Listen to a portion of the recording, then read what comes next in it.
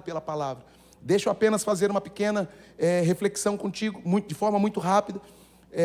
Eu quero dar por tema desmistificando algumas questões que nos cercam, porque nós somos cercados de algumas questões místicas. Eu fui num consultório na sexta-feira, e quando eu estava saindo da consulta do ortopedista da coluna, ele correu para se levantar da mesa dele, e eu vi que ele se levantou correndo, porque ele foi em direção à porta. Eu me antecipei e falei assim: doutor, eu não sou supersticioso, então eu mesmo abro a porta. Aí ele olhou para mim assim, eu falei assim: pode ficar cegado que eu vou voltar, tá? Porque algumas pessoas colocam vassoura atrás da porta. Para que serve vassoura atrás da porta, irmãos? Por que vocês deram risada e não falaram? Ah, pastor, não sei, sabem sim, tá vendo? A tua risada te entregou. É verdade, é verdade. Então tem algumas pessoas que são supersticiosas, tem crente supersticioso. Uma das perguntas que eu mais ouço, as pessoas chegam para mim: pastor, macumba pega em crente?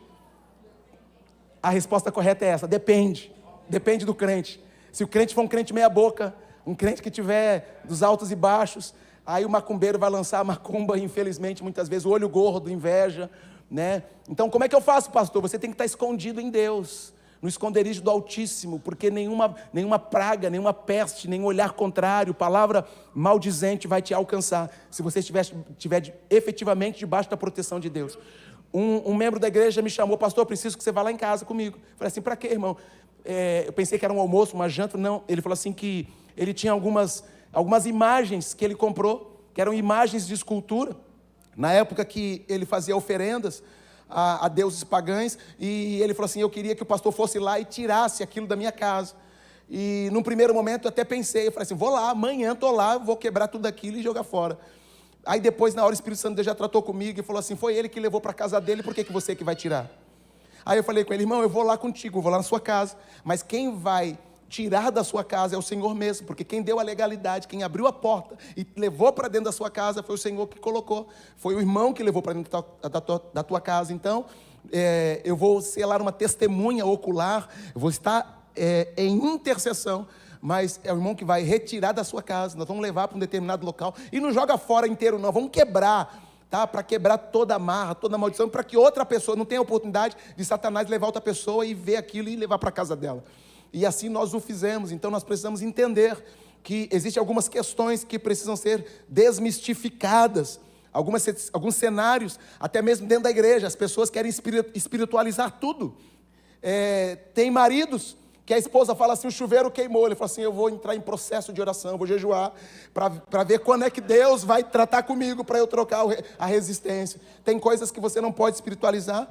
Eu não sei se já disponibilizaram para ele também uma água também. Já? Chegou uma água aí? Amém. Amém. O pessoal é top demais. Então, tem coisas que a gente precisa ter ação, atitude, que não precisa nem de orar. Pastor, não precisa de orar para algumas coisas. Não, tem coisas que precisa de orar. Segunda-feira, dia de trabalho, dia útil. Aí o crente vai orar para saber se vai ou não para o trabalho. Então, nós precisamos pedir graça para Deus. Pensando nesse direcionamento, abra sua Bíblia, aqueles que tiverem Bíblia, quem não tiver vai estar aqui no telão, Evangelho segundo escreveu João, capítulo de número 11, verso 17, a seguir. Eu estou usando a versão Nova Tradução na linguagem de hoje. Normalmente eu uso Almeida, tenho usado Almeida Revisada e Corrigida, a RC, mas eu lendo esse texto e fiz os comparativos, apesar de não mudar o sentido, o significado em nada, mas eu quis usar essa versão para facilitar o teu entendimento e a nossa compreensão. Diz assim: quando Jesus chegou, já fazia 4 dias que Lázaro havia sido sepultado. Betânia ficava a menos de 3 quilômetros de Jerusalém, e muitas pessoas tinham vindo visitar Marta e Maria para as consolarem por causa da morte do irmão. Quando Marta soube que Jesus estava chegando, foi encontrar-se com ele, porém Maria ficou sentada em casa. Então Marta disse a Jesus: se o Senhor estivesse aqui, o meu irmão não teria morrido. Mas eu sei que mesmo assim, Deus lhe dará tudo o que o Senhor pedir a ele. Verso 23, o seu irmão vai ressuscitar, disse Jesus. Marta respondeu: eu sei que ele vai ressuscitar no último dia. Então Jesus afirmou: eu sou a ressurreição e a vida. Quem crê em mim, ainda que morra, viverá. E quem vive e crê em mim nunca morrerá. Você acredita nisso? Era uma indagação que Jesus estava fazendo para Marta. Verso 27, sim, Senhor, disse ela, eu creio que o Senhor é o Messias, o Filho de Deus que devia vir ao mundo. Depois de dizer isso, Marta foi, chamou Maria, sua irmã, e disse-lhe em particular: o mestre chegou e está chamando você. O interessante desse texto é que Marta chega para Maria e fala assim: o mestre está chamando. Mas qual é o fator de interesse nesse texto? Que ela avisou a sua irmã em particular. Tem coisas que nós podemos falar em público, tem coisas que podemos falar para que todos saibam, mas existem coisas e tratativas que você precisa tratar de forma particular. Você precisa chamar de lado, chamar de canto. E você não precisa expor algumas situações. Preste atenção, isso é sério. Porque nem todas as pessoas que lhe cercam estão no mesmo nível de espiritualidade, emocional, sentimental, para passarem contigo aquilo que você está enfrentando. Nem as bênçãos e os grandes milagres, muito menos as provações. Tem provações que você vai enfrentá-las sozinho, com a família. Quem sabe com alguns irmãos mais chegados, mais próximos. E principalmente se forem irmãos que orem mais do que você, que busquem mais do que você. Porque se você for compartilhar as suas experiências pessoais com pessoas que busquem a Deus menos do que você, possa ser que essas pessoas, elas se desviem ou se enfraqueçam na fé, que vão pensar assim: caramba, eu compartilhei isso, tal pessoa veio compartilhar comigo e ela ora mais do que eu, então ela não vai ter estrutura para receber a carga daquela experiência que você está enfrentando, que você está passando. Quem está entendendo diz amém. Então precisamos ter sabedoria e vigilância para saber com quem eu compartilho as minhas provações. Preciso ter sabedoria para saber com quem eu compartilho as minhas vitórias. Porque tem pessoas que quando ouvir a sua vitória, ouvir o milagre que Deus está fazendo no seu casamento, nas suas finanças, na sua empresa. Um dia desses, um irmão chega para mim e fala assim: pastor, eu estou vivendo um tempo top, especial, de muita guerra, de muito trabalho, mas Deus tem me honrado. E ele falou assim para mim, uma palavra profética lançada do altar: eu estou vivendo, porque tempos atrás eu falei aqui que Deus estava elevando pessoas para um nível de um salário de 10 mil reais. 3 pessoas falaram glória a Deus. Então é porque a grande maioria já passou desse nível, e a outros não estão nem pensando: meu Deus, está muito longe da minha realidade. Mas Deus pode fazer aquilo que você não pode. Você acredita nisso ou não, irmãos? E isso é muito sério. Só que a palavra profética, ela foi lançada. Só que já existem pessoas que estão vivendo isso. Já existem pessoas que têm chegado e testemunhado, e eu sou o primeiro a compartilhar. Falei: irmão, existem vitórias que não precisam ser abertas, que não precisam ser faladas de microfone. Viva esse milagre, mas uma coisa: nunca deixe a sua fidelidade para com Deus, porque nesse nível que Deus te colocou, Ele pode te colocar num nível maior. Aí sabe o que aconteceu? Essa semana me procurou e falou assim: pastor, Deus me colocou no nível de 20. Ou você deu um glória a Deus tão xoxo porque você está com inveja, ou porque você não acreditou. Você pode até não acreditar, não tem problema nenhum com isso. Eu estou falando sobre o altar do meu Deus, no qual eu creio e acredito que pode fazer coisas maravilhosas. E eu vou dizer mais: a pessoa está aqui hoje, ela está me ouvindo então. Você pode até olhar para o lado e perguntar: quem sabe é você? Não responda. Aleluia. Então Deus faz umas coisas que muitas vezes nós não compreendemos, mas existem coisas que vai ser preciso chamar de canto. Foi o que Marta fez com Maria. O texto fala no verso 28, depois disso, Marta chamou Maria, sua irmã, e lhe disse em particular: o mestre chegou e está chamando você. Quando Maria ouviu isso, levantou-se depressa e foi encontrar-se com Jesus, pois ele não tinha chegado ao povoado, mas ainda estava no lugar onde Marta o havia encontrado. As pessoas que estavam na casa com Maria, consolando-a, viram que ela se levantou e saiu depressa. Então foram atrás dela, pois pensavam que ela ia ao túmulo para chorar ali. Maria chegou ao lugar onde Jesus estava e logo que viu, caiu aos pés dele e disse: Senhor, se o Senhor estivesse estado aqui, o meu irmão não teria morrido. Jesus viu Maria chorando e viu as pessoas que estavam com ela chorando também. Então ficou muito comovido e aflito e perguntou: onde que vocês o sepultaram? Venha ver o Senhor, responderam. O texto, verso 35, nos diz que um dos momentos de maior comoção das Sagradas Escrituras, que o próprio Filho de Deus, Jesus Cristo, o texto diz que ele chorou, Jesus chorou. E você vai observar que nesse texto, nessa passagem, por 2 momentos, Jesus Cristo se externa os seus sentimentos de choro. Verso 36, então as pessoas disseram: vejam como ele amava Lázaro. Mas algumas delas disseram: ele curou o cego. Será que não poderia ter feito alguma coisa que Lázaro alguma coisa para que Lázaro não morresse, sempre no meio daqueles que nos cercam, sempre vão ter os duvidosos, aqueles que não vão acreditar naquilo que Deus está fazendo na sua vida, vão desdenhar do processo que você está passando. Então, aqui eu vejo a necessidade do que Marta lá atrás ela fez, separou de canto sua irmã Maria e falou em secreto para ela quem é que estava chamando. Mas os curiosos, vendo que Maria saiu, você viu o que o texto fez? O texto conta que a multidão começou a seguir Maria para saber aonde que ela estava indo. Verso 38, Jesus ficou outra vez muito comovido, ele foi até o túmulo, que era uma gruta com uma pedra colocada na entrada, e ordenou: tirem a pedra. Marta, a irmã do morto, disse: Senhor, ele está o quê, irmãos? Cheirando mal. Em outras palavras, não tem mais jeito, não tem mais saída, não tem mais solução, é o fim, acabou, olha, não tem mais, olha, esquece, já foi, vira a página. Era o que era, em outras palavras, estava dizendo para Jesus: passou a régua, está cheirando mal, pois já está 4 dias que foi sepultado. 40, Jesus respondeu: eu não lhe disse que se você crer, você verá a revelação do poder glorioso de Deus? Então tiraram a pedra. Jesus olhou o céu e disse: Pai, eu te agradeço porque me ouviste. Eu sei que sempre me ouves, mas eu estou dizendo isso por causa de toda esta gente que está aqui, para que eles creiam que tu me enviastes. Depois de dizer isso, gritou: Lázaro, venha para fora. E o morto saiu, os seus pés e suas mãos estavam enfaixados com tiras de pano, e o seu rosto estava enrolado com pano. Então Jesus disse: desenrolem as faixas e deixem que ele vá.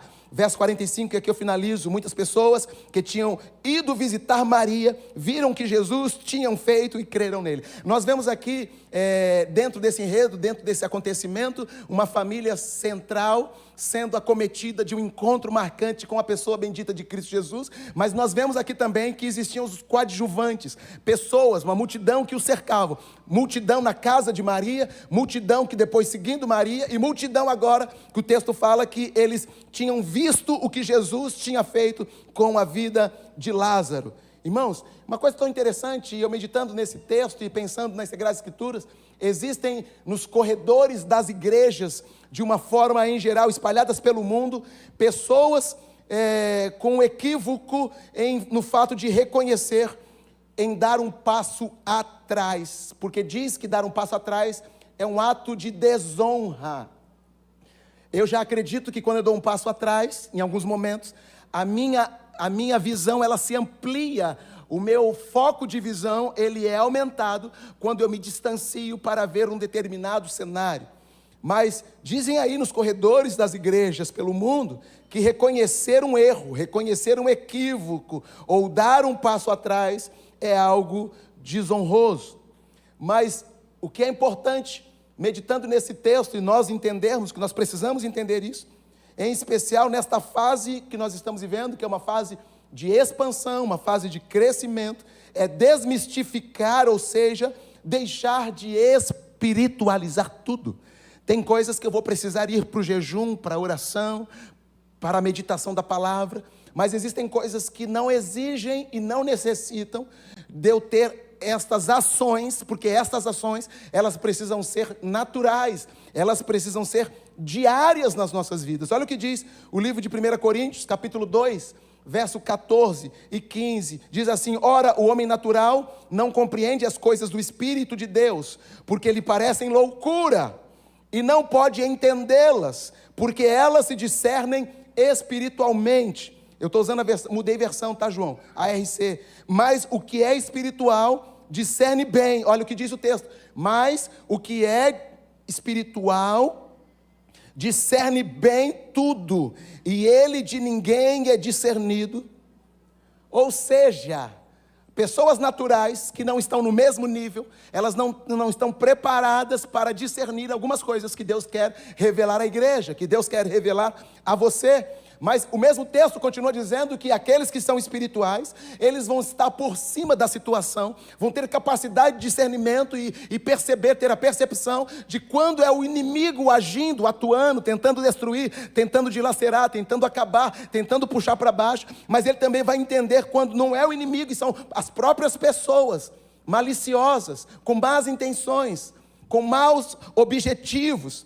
Mas a Bíblia fala que quem é espiritual, ele discerne, mas não é discernido, ou seja, vai ter um diferencial no seu ambiente de trabalho. Você vai fazer a diferença na tua empresa, você vai fazer a diferença na indústria, você vai fazer a diferença na repartição pública, você vai fazer a diferença dentro da própria igreja, você vai fazer a diferença no prédio em que você reside, você vai fazer a diferença. Irmãos, esses dias eu recebi um contato interfônico e a minha, foi pelo WhatsApp, e a minha vontade foi gritar alto e esbravejar. Mas antes de tomar aquela atitude, eu pensei duas vezes, pedi graça para Deus, e eu falei, agora eu vou responder a mensagem. E quando eu respondi a mensagem, só para você entender o nível da minha resposta, ela finalizou assim: o meu pedido a Deus, que a bênção dele te acompanhe por toda essa semana que vai adentrar.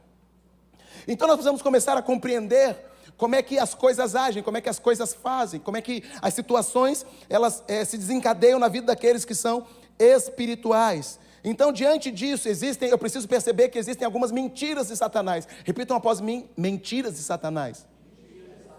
E com estas mentiras, nós precisamos ter alguns cuidados que são necessários, que nós precisamos ter sobre estas falácias, sobre esses enganos. Eu preciso estar atento, eu preciso estar muito cauteloso, porque as mentiras repetidas que ele vai nos contando que ele vai nos assombrando, para que nós possamos nos tornar pessoas submissas a um jugo imposto pelo inimigo. Então, eu preciso entender que homem ou mulher de Deus não falham. Essa é uma mentira de Satanás. Homem ou mulher de Deus não pecam. Homem e mulher de Deus não tem dor, não fica triste, não passa por provações, não passam por situações contrárias. Essa é uma mentira, um engano, porque muitas vezes nós entramos em paranoia quando nós achamos isso. Poxa, eu estou doente, será que eu estou em pecado? Nem toda doença é pecado, nem todo problema é enfrentado, desemprego, desajuste financeiro, desentendimento familiar, nem sempre isso é pecado. Pode ser, mas nem sempre. Possa ser que seja uma falta de vigilância, uma falta de compreensão e sabedoria do caminho que Deus está disponibilizando para que você trilhe. Então, por isso que existem muitos relacionamentos que estão na UTI da reconciliação. Existem muitas famílias que estão na UTI do ajuste familiar. Por isso que existem muitas pessoas que estão vivendo no necrotério da ignorância. Sabe o que normalmente se guarda no necrotério? O que fica lá, irmãos? Defuntos, né? Esquifes, pessoas que já faleceram, estão passando por um período lá, até efetivamente serem sepultadas. Eu estava voltando de uma viagem com a pastora, eu recebo um contato, e o contato era da delegacia de Guarujá, falando se eu poderia comparecer no necrotério do Guarujá, porque foi encontrada uma pessoa morta, que foi atropelada, e no bolso da pessoa tinha um cartão do meu escritório. E eles não conseguiram identificar mais nada, só tinha o cartão do escritório. E perguntaram se eu podia ir até lá para identificar o morto. Falei, meu Deus, será que é algum membro da igreja? Será que é algum familiar? Será que é algum cliente do escritório? E vou eu e a pastora Magali, e ela foi comigo, e ela ficou do lado de fora me esperando. Eu entro, quando eu chego lá, o rapaz que me atendeu falou assim, olha, doutor, só tem um pequeno problema. Falei, qual o problema? Ele falou assim, tem 2 semanas que nós estamos com as câmeras frias quebradas. Falei, como assim? Eu nunca tinha passado por essa experiência, eu nunca fiz reconhecimento de corpo de absolutamente ninguém, foi a primeira vez que aconteceu isso comigo. E eu falei assim, mas como assim câmeras quebradas? Ele falou assim, é a câmara de refrigeração. Então, está com um pouquinho com odor lá no ambiente, lá dentro, meio que diferenciado, meio que diferente.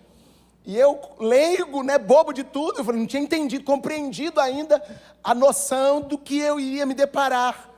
E quando eu adentro ao necrotério, o local onde ficavam os corpos, cheio de gavetas frigoríficas, mas que estavam há 2 semanas desligadas, pensa num enxame de moscas, de mosquitos, que estavam lá dentro da sala, e a gente já entra assim, tentando espantar as moscas e os mosquitos. E quando ele abre a gaveta, eu não confesso em dizer que eu olhei e falei assim, não reconheço, não conheço, não sei quem é. Já tinha 2 semanas, estava em decomposição. E até hoje, confesso dizer que não era. Eu falei assim, Senhor, ninguém próximo, porque ninguém chegou para mim e falou que está sentindo falta de alguém. Você está sentindo falta de alguém na tua casa? Está todo mundo lá? Familiar, parente? Na igreja, estão sentindo falta de algum irmão na igreja? Eu estou sentindo falta de alguns irmãos na igreja, irmãos. Alguns eu sei que estão viajando, outros estão trabalhando, domingo de manhã, fez sol, então muitos estão por aí trabalhando. A Ana Sarmento está aqui hoje? Está aqui, Bill está trabalhando? Amém. Glória a Deus. Está na praia ele? Está lá pegado lá? Arrepiando, vendendo pra caramba? Então tá bom. Irmãos, e não consegui fazer a identificação, não reconheci quem era o corpo, mas o interessante é que eu observo que tem muitas pessoas, muitas famílias, muitos lares, muitos casamentos, muitos jovens, muitos anciãos que estão no necrotério da ignorância. Pastor, defina para mim ignorância, porque muitas vezes a gente ouve em casa, seu ignorante, e está expressando de uma palavra mais altiva, ou de um lapso, de um surto, de um grito, de um desentendimento, mas palavra ignorância, estado de quem não tem conhecimento, de quem não tem cultura, por falta de estudo, ou experiência, ou prática. Também, ignorância, estado de quem não está a par da existência ou ocorrência de algo. Ou seja, irmãos, tem muita gente palpitando sobre aquilo que efetivamente não conhece. E o grande problema é que tem gente no meio do povo de Deus pedindo conselho para quem não está capacitado para aconselhar. Está pedindo orientação para quem não tem instrução para o orientar. Está pedindo ajuda para quem está gritando por ajuda. Como é que nós devemos fazer, então, diante desse cenário e dessas circunstâncias? Perceba comigo que existem pessoas, existem relacionamentos conjugais com atestado de óbito já emitido. E só emite o atestado de óbito depois que a pessoa... E tem relacionamentos que já estão com atestado de óbito pronto. Existem empresas que já estão com a decretação da falência assinada. Uma pessoa me procurou, domingo passado eu saí do culto, pego meu telefone, tem um telefonema de um cliente me ligando, preciso falar contigo urgente. 10 da noite, no domingo, falar urgente, falei, meu Deus, morreu alguém. Mando a mensagem, boa noite, tudo bem? Estava sem o telefone porque estava na igreja, aconteceu alguma coisa? Aí ele acalma meu coração, não, dá para falar amanhã no primeiro horário me liga, para a gente conversar. Ligo, agendo, converso com ele, aí ele me procura, vai ao escritório, senta comigo, e ele fala assim, olha, estou passando por um problema muito sério, porque eu tenho alguns negócios com uma determinada empresa, e eu estou vendo rumores aí de uma situação caótica contra essa empresa. Aí ele foi falando, eu falei, qual é a empresa? Enquanto ele foi falando, eu já fui digitando, e eu já fui fazendo a consulta da empresa. Aí quando ele acabou de falar, eu disse para ele assim, olha, hoje é domingo, ontem, dia 1º de fevereiro, hoje é segunda, eu falando com ele, ontem, dia 1º de fevereiro, em pleno domingo, foi distribuído pelo advogado da empresa um pedido de falência. Como assim? E pode fazer isso no domingo? Eu falei, o pedido você já pode fazer judicialmente até no domingo, mas só vai começar a tramitar a partir de hoje, segunda-feira, mas já fizeram ontem o pedido. E existem situações assim, empresas que já estão com a decretação de falência assinada, empresas de crentes. Existem pessoas que estão com a sua saúde já com laudo expedido, dizendo, não tem mais jeito, está de forma caótica, é daí para a morte, para o necrotério. Mas irmãos, existem muitos que já estão dizendo para Jesus, cheira mal, Senhor. Era o que Maria falou para Jesus, Senhor, não tem mais jeito, a empresa já faliu, já fechou. Era o que estavam dizendo para Jesus: Jesus, o atestado de óbito já foi assinado pelo médico que identificou a morte. Já morreu, não tem mais jeito.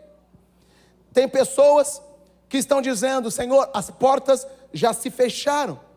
Mas o mais interessante que eu parei para refletir e pensar: como é que aquelas pessoas poderiam dar tal diagnóstico, apresentar tal situação, falarem aquilo para Jesus, que já sabiam que Lázaro cheirava mal, se elas nem estavam no mesmo ambiente em que Lázaro se encontrava?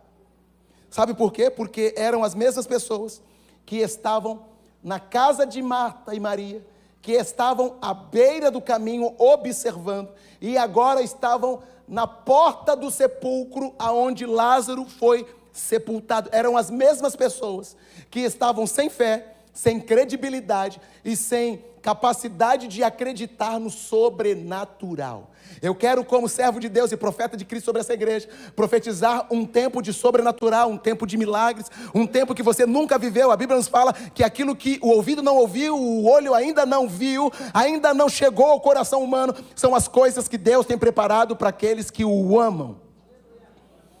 Eu acredito nessa intervenção de Deus. E nesta lista de pessoas que estão ali à beira do caminho, que muitas vezes frequentam as nossas casas, que têm até conhecimento um pouquinho dos nossos negócios, nessa lista de pessoas, tem aquelas que são classificadas como os santarrões. Eu não sei se você conhece alguém assim, ou se tem alguém aqui perto de você. Eu me lembro que há muitos anos atrás, ainda dentro de uma outra realidade cristã, e dentro de um convívio eclesiástico, existiam algumas imposições dogmáticas, principalmente no que diz respeito a usos e costumes. E eu me lembro quando a pessoa aceitava Jesus, no dia seguinte a própria igreja disponibilizava, os pastores disponibilizavam um terno para o jovem, e ele agora trocava toda a sua roupa. Esses dias eu falei aqui, me lembro quando a pastora Magali chegou na igreja e aceitou Jesus Cristo, e ela passou por um processo de mudança, não é isso, pastora? De mudança externa. Na sua vestimenta, ela não tinha saia, e a igreja que congregávamos enquanto na nossa adolescência e juventude, era uma igreja que tinha essa condição. Ela pegou as saias dela e transformou, pegou as calças dela e transformou em saias. Era uma realidade da igreja naquela época, e nós respeitamos isso, logicamente, mas nós entendemos que existem algumas pessoas que acham que o processo de santidade está no seu exterior, que o processo de santidade está na sua vestimenta, que o processo de santidade está no seu corte de cabelo, está na maquiagem que usa, no sapato que calça. E eu posso até dizer que o nosso exterior representa e diz muito a respeito do nosso interior. Eu me lembro de um jovem que aceitou Jesus, ele ficou durante algum tempo, um bom tempo na igreja, e ele foi radical, ele se vestia de terno e gravata todos os dias da semana, de manhã, de tarde e de noite. Mas um belo dia eu encontro com ele na rua, ele estava de bermuda, sem camisa, de chinelo havaiana, tinha cortado o cabelo e deixado aqui somente no meio, que nem os punks que falam? Punks, né? Os punks. Pintou de vermelho, aquele mesmo jovem, eu olho para ele e eu pergunto o que aconteceu. Ontem você estava de terno e gravata, sapato de bico fino, e agora você está nessas condições. E ele diz: eu parei, eu desisti da fé. Então, dentro do ciclo de pessoas que nos cercam, tem aqueles que são classificados como santarrões, que se acham melhores do que os outros. Você conhece alguém assim? Se conhece, não precisa nem olhar para o lado e nem apontar, amém? Pessoas que sempre se colocam num patamar de superioridade aos demais. Se acha aquele que ora mais, que tem mais intimidade com Deus, que busca mais, que se relaciona mais com as coisas do reino. Amém? Mas também, dentro desse ciclo de pessoas, tem os chamados Tomés da vida, que só acreditam se veem, como se eles não soubessem que mesmo sem eles estarem vendo, Deus está operando milagres e maravilhas. Sabe o mais interessante? Tem horas que nós temos que ser ousados, sim. Então, eu quero te autorizar a você ser ousado para a pessoa que está perto de você e diga assim para ela: não importa se você está vendo ou não, mas que Deus está trabalhando na minha vida, Ele está. Porque tem pessoas que, pelo fato de elas não estarem vendo, elas não acreditam que Deus está fazendo. Pelo fato de elas não estarem colocando a mão, não estarem sentados à mesa, elas não acreditam que Deus está provisionando. E esses também Nós podemos assim chamá-los, que é um segundo grupo de pessoas. E o terceiro grupo de pessoas, que eu vou aqui, pelo menos hoje aqui finalizar, são os incrédulos, que não acreditam e não confiam nas promessas de Deus. Pessoas que estão tão céticas, com a mente tão cauterizada, que Deus está falando, depois de um culto como esse, onde através dos louvores da adoração, depois de uma semana como essa, onde nós estivemos aqui exaustivamente participando de trabalhos, de orações, de campanha, de jejum, pessoas que simplesmente, elas estão tão céticas, que elas saem de uma semana como essa, sem conseguirem sentir absolutamente nada. Enquanto o pessoal do louvor vem subindo aqui, anote isso, eu estou finalizando. Aqueles que estão anotando, tem uns vários irmãos que anotam, anote isso. Os nossos milagres não estão condicionados ou presos àquilo que as pessoas estão vendo. Os teus milagres, os meus milagres, os milagres que Deus está projetando para a sua vida, não estão condicionados àquilo que as pessoas estão vendo. Quem entendeu diz amém. Teu patrão pode não estar vendo, o diretor da empresa pode não estar vendo, o pastor pode não estar vendo o que Deus está fazendo na sua vida, tua esposa, teu marido, teus filhos, teus pais, pode não estar vendo, mas apesar de algumas pessoas não estarem vendo, não quer dizer que Deus não já preparou um milagre para você. O teu milagre não está condicionado àquilo que as pessoas estão enxergando. O teu milagre está preso e condicionado a um processo de desmistificação de algumas questões que te cercam. Porque nós estamos passando por um processo de expansão. Então lembrem-se, eu me lembro daquela mulher chamada Noemi, que teve seu marido, que foi morto ano passado, ano profético de Noemi, é isso? Ano profético de Noemi, e um dos processos que ela enfrenta foi o falecimento do marido, o falecimento dos seus 2 filhos, e agora ela se vê num desespero, sem condições, sem recursos financeiros, para se autossustentar. Ela resolve voltar para a sua terra natal, ela resolve voltar para Belém, só que o retorno para Belém era uma condição diferenciada, e ela agora diz, não quero mais que me chamem de Noemi, eu quero que me chamem de Mara, e o nome Mara quer dizer amarga. Ela fala assim, agora estou amarga. E qual era o motivo de todo o amargor? Qual era o motivo, muitas vezes, de pessoas estarem frustradas, decepcionadas, abatidas? Qual é o motivo de algumas famílias estarem desestruturadas, de alguns casais estarem desajustados? Possa ser porque estão passando por esse processo de amargura, de angústia, de uma aparente vergonha. Era assim o sentimento de Noemi, mas na realidade era apenas uma fase do processo que Deus estava permitindo que ela enfrentasse. Me permita compartilhar isso contigo nessa manhã. Esse momento, quem sabe que você esteja enfrentando e não seja um dos melhores, é apenas uma fase. Seja muito cauteloso, muito carinhoso. Pode abaixar as luzes, diga para quem está perto de você, diga assim, é apenas uma fase. É apenas uma fase. Glória a Deus. Eu me lembro, eu e a pastora Magali, voltando da igreja num domingo à noite, e só tinha a Micaele na época nascida. Eu tinha uma Brasília 1978. E era naquela época que a gente parava no posto de gasolina e falava para o frentista, por favor, enchia a boca, coloca R$5. Alguém aqui já passou por isso? E eu falei, Deus, essa gasolina é contada, dá para ir daqui de casa até a igreja, eram 8 quilômetros, acabou o culto, voltar para casa e não ter mais gasolina, e durante a semana trabalhar a pé. Fomos para a igreja, acabou o culto, estamos indo embora. Eu me lembro que era por volta de umas 11h30 da noite, porque naquela época, quando acabava o culto, a gente ainda ia para a casa do pai e da mãe, a gente jantava lá, lembra disso? Né? Porque em casa não tinha comida. Aí a gente filava a boia, de repente eu vejo uma irmã no ponto de ônibus, 11h30 da noite, com a Bíblia na mão, esperando o ônibus passar. Sabe aquele cenário que você fala assim, meu Deus, eu vou fazer o processo de invisibilidade agora, me dá a unção da invisibilidade. Só que o Espírito Santo de Deus falou ao meu coração, pare o carro, pergunte para minha serva, para onde ela está indo, leve ela para casa, porque ela está correndo um perigo aí nesse local.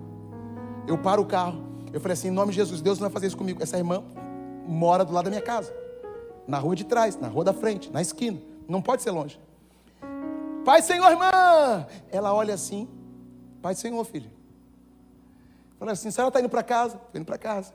A senhora quer uma carona? Isso é a resposta de oração. Foi Deus que fez parar aqui. Amém, se foi Deus, glória a Deus. Aonde a senhora mora? Da onde ela estava até a casa dela, no mínimo, uns 15 quilômetros. Falei, Deus, não pode ser. Falei, mas se Deus mandou, Deus se responsabiliza. Amém, vamos na fé. Entra aí, irmã, vamos embora. Irmão, e ela foi conversando com a pastora. E eu, indo para a casa dela, em direção à casa dela. Paro na porta da casa dela.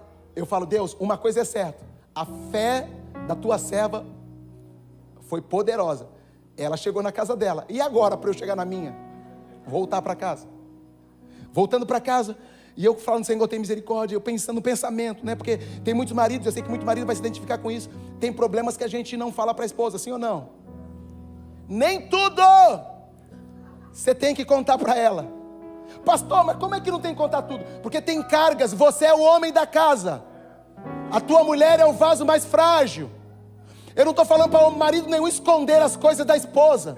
Eu estou falando que o marido tem que proteger, marido tem que guardar, marido tem que zelar, marido tem que provisionar, marido tem que ser sacerdote, marido tem que abençoar, marido tem que ser o provedor. Marido, você está aqui hoje?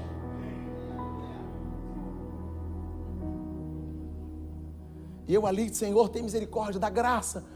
Irmãos, a gente chegou até perto de Canaã. Eu falei assim, Senhor, eu estou perto de Canaã agora. Eu acho que vai dar. Só que não deu, a gasolina acabou, irmãos.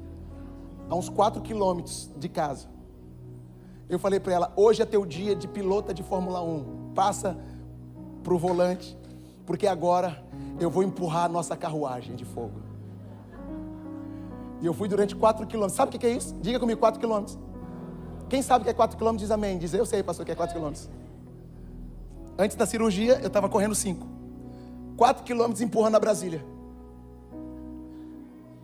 Hoje eu lembro daquele cenário e eu conto para Deus, Senhor, Tu és maravilhoso, Pai, Tu és poderoso.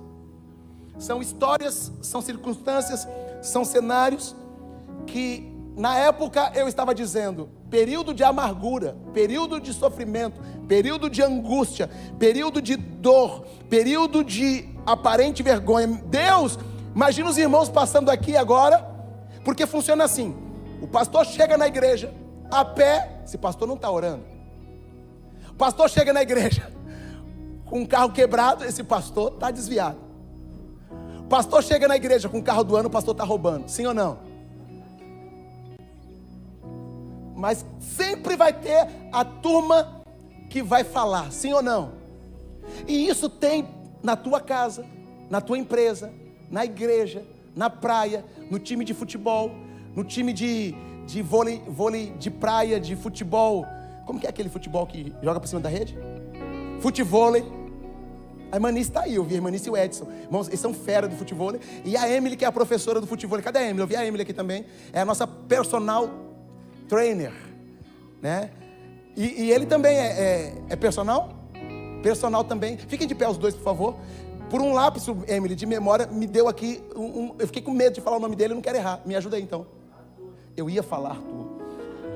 Você sabe por que eu lembro do seu nome, Arthur? Porque eu lembro da espada, da tábua redonda, lembra lá? Faz a correlação que eu faço com nomes. Então, irmãos, você quer ficar em forma, esse casal de jovens aqui abençoados, são aqueles que vão te levar para um outro nível da performance física, em nome de Jesus. Posso ouvir um amém? Você marido que está acima do peso, procure eles dois. Você esposa que já é linda, já é abençoada por Deus, mas quer aumentar o seu cardio, né? Procure eles dois. Eu procurei um jeito interessante de falar, sim ou não? Ajudei, né? Então procure eles dois também. Deus abençoe. Obrigado, queridos. Esses dias o irmão chegou e falou, a Emily foi minha professora lá no futevôlei e tal. Irmãos, a Emily é top demais no futevôlei, tá? Então as irmãs, eu vou fazer a inscrição da pastora Magali na próxima turma, me lembra? Futevôlei, essa mulher que joga muito futevôlei. Bate um bolão essa mulher. É benção demais. Então, Existem pessoas em todos os cenários. A turminha do futebol, a turminha do basquete, do tênis de mesa. No meio dos músicos, sabia isso? Que no meio dos músicos tem aqueles que estão só para observar, para tentar puxar para trás, puxar para baixo. E Noemi estava nesse cenário, voltando para Belém. Só que se existe uma coisa que todos nós precisamos fazer, é voltar para o centro da vontade perfeita de Deus. Nós estamos vivendo, irmãos, servo de Deus, igreja de Cristo, mistério pelo amor. É o tempo da expansão do reino. Diga comigo, expansão do reino. Nós estamos voltando ao primeiro amor. Estamos voltando para o centro, da onde Deus nunca deveria ter permitido que nós saíssemos. Mas nós, como filhos que temos autonomia, muitas vezes nós saímos. Só que Deus está te dando a oportunidade, está te chamando nessa manhã. Filho meu, volta, venha, porque é tempo de expansão. Finalizo dizendo, se nós agirmos assim, desmistificando, nós vamos estruturar nossa expansão em todas as áreas, e em especial a expansão do reino. Diga comigo, expansão do reino.